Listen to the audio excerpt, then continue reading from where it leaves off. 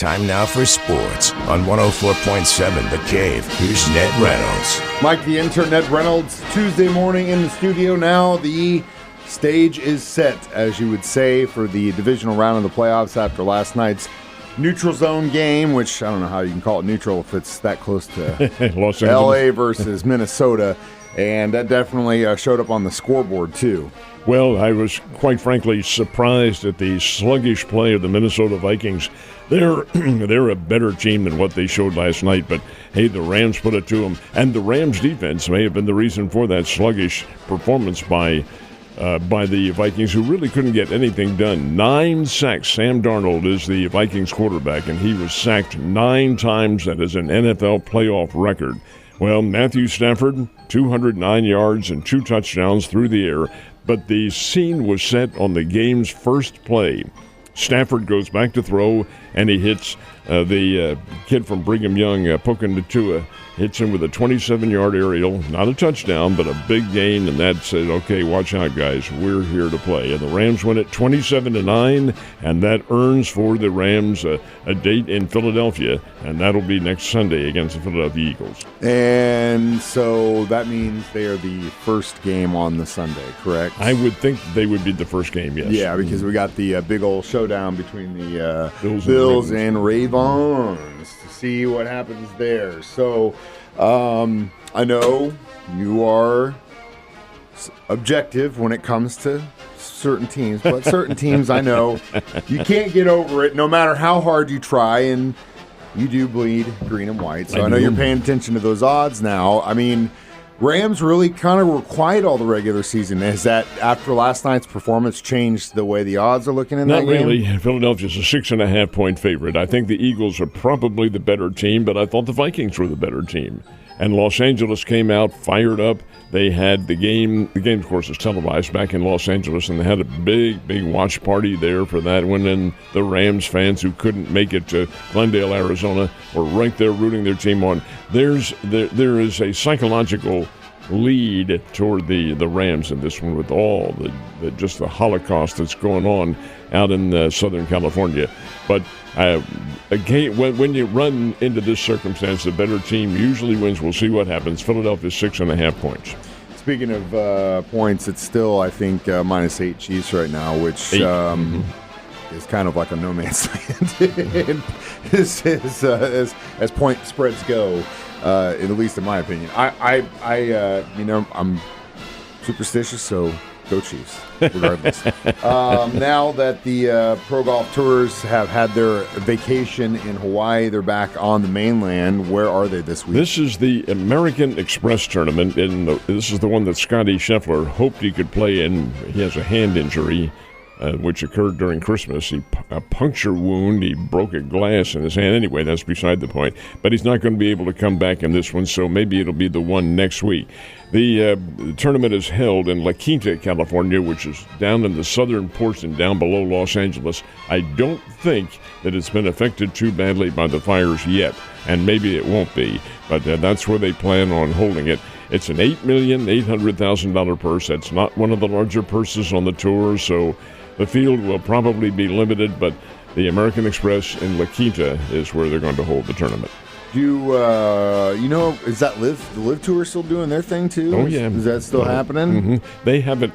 The Live Tour itself hasn't started, but there is a new team tournament that both Tiger Woods and Rory McIlroy have put together. They've formed 3-player teams, and they're going against each other. I can't really get excited about that. It's kind of like the Harlem Globetrotters of golf. Almost. They're doing tricks with the ball with their club, bouncing it around and stuff. And so we mentioned this briefly last time we talked. Chiefs-Texans on Saturday. It's Chiefs favored by 8 points. Right now, I think it opened, it was like between 7.5 and 8.5, and now it kind of settled down. You think they're going to change? Is that going to change anytime between now and then? Probably not. This is the second time this year that the Chiefs and Texans have played. The first time regular season game, obviously, was 8 points, 27-19. So I would suspect that's what the betting guys out in Las Vegas are looking at, and probably a wise choice. That's about what the difference is. It's a 3:30 game on Saturday. Of course, you'll hear it right here on The Cave, 104.7. 1 o'clock for the pregame show, which is Ned Talk, and then the Chiefs are on with their pregame show an hour later, from 2 to 3. Should be a lot of fun. May be cold up in Kansas City, but apparently no precipitation and cold weather. Well, you can play in that, and the Chiefs and the Texans will. I think the Chiefs are just simply a better team than Houston. We'll see. I mean, after last night's game, I'm kind of concerned a little bit. Vikings, I don't know what happened. What happened to the Vikings, man? They just came out swinging, and it's just like, Rams, really? I don't know. That one was probably the only surprising one I thought I saw all weekend long, to be honest with you. So we mentioned the Eagles game. Any other games of note going into this weekend? Oh, sure. All of them are. And we mentioned the Chiefs, of course. The Lions are an 8.5-point favorite over the Washington Commanders. Watch out in this one. I don't think Washington can win out in Detroit, but the Commanders are pretty good, and they can fire up. They're very aggressive. The quarterback, Daniels, has done a great job with them. They're a team of the future. Philadelphia, 6.5 points over the Rams, and the Ravens. The Ravens are a 1-point favorite in Buffalo. That's, of course, a pick'em game, but hey, still, Baltimore's getting support, 1 point. So, Cardinals trying to offload some money. It's not a good look when nobody wants to jump at the chance to take that on. And honestly, in a morale situation, too, in the locker room, that's also got to be a double whammy because the other players are like, okay, this guy wants out of here. No one wanted him. Where are we now? That's a very good point that you bring up. In this case, there are players who can't go anywhere because they haven't been in the bigs long enough, but they are eligible for what's called salary arbitration.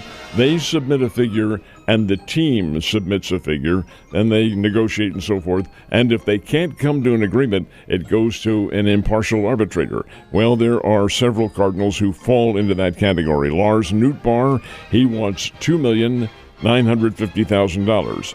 The Cardinals are offering $2,450,000. Well, with the difference that small, I wouldn't think – you'd almost have to think they'd come to an agreement somewhere. Brendan Donovan, he wants $3.3 million. The Cardinals are offering $2.8. Andre Palante, who will be here in Springfield this weekend, that's with the Cardinals Caravan. They're here Friday. He wants $2,100,000. The Cards, $1,950,000. Again, a small difference. And in all honesty, most of these cases are settled in the offices. They don't go to an impartial arbitrator. There have been some who have, but most of these will be settled, and I suspect these will be. Yeah, but again, it's got to mess with the morale of the team, and then on top of the fact that you got your leader saying, okay, I understand that there's a problem and you guys want me out of here, but I'm going to stick on one more year. That just blows my mind. Either way, I apologize, Cardinals Nation. Ned, have a great day, and I'll see you tomorrow.